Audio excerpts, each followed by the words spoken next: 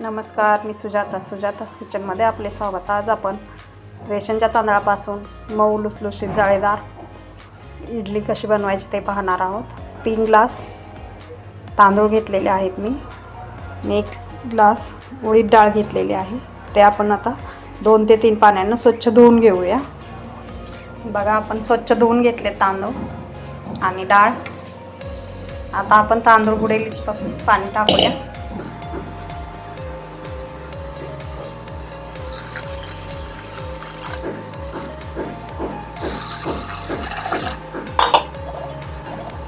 तर मेथी दाणे टाकूया 1 चमचा।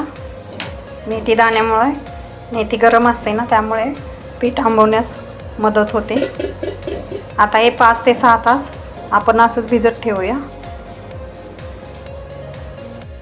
बघा, आता 5 ते 6 तास भिजत घालून झालेले आहे। आता आपण मिक्सरला बारीक करून घेऊया। हे त्याचप्रमाणे पोहे पण घालणार आहे आपण।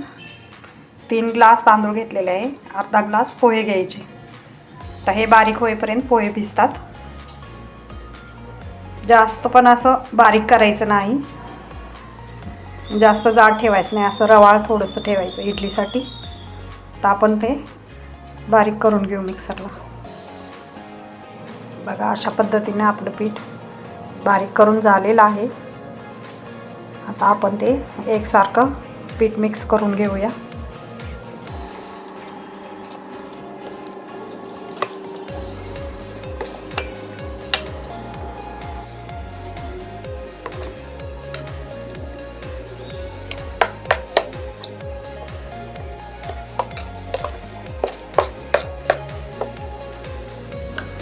पीठ मिक्स करून झालेलं आहे आपलं। आता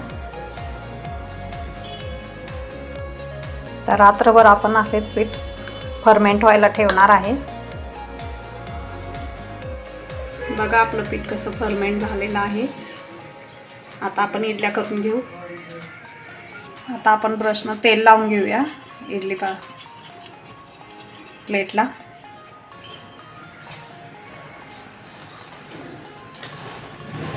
बघा कसं फर्मेंट झाले पीठ।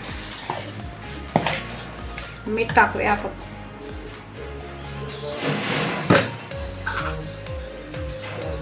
एक चमचा मीठ।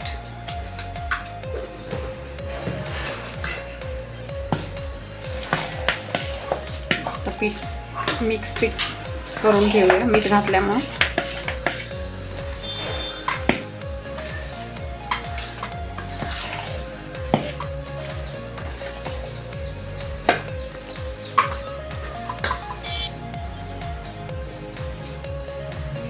तेल लावून घेतलेलं आहे आपण। आता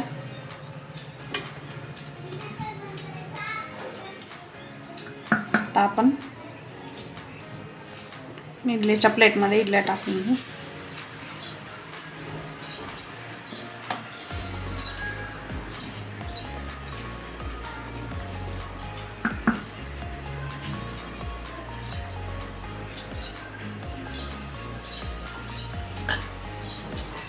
पाणी मी उकळायला ठेवलेलं आहे भांड्यात, इडलीच्या भांड्यात उकळलेलं आहे पाणी। आपण आता ठेवूया।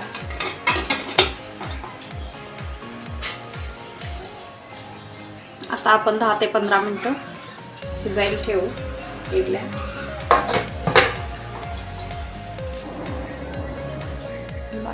आपण आता चेक करूया शिजलेत की नाही।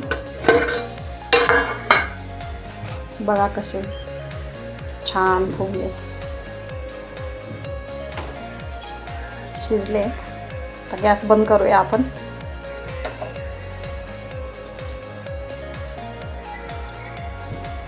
थोडंसं गार होऊ देऊया, मग आपण काढून घेऊया इडल्या।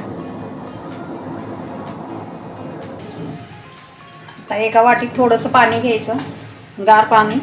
गार पाण्यात थोडासा चमचा बुडवायचा आणि मग इडली काढायची, पटकन निघते। हे बघा, सहज इडली निघते। बघा किती हे झाले, स्पॉन्जी मस्त झाले, जाळीदार।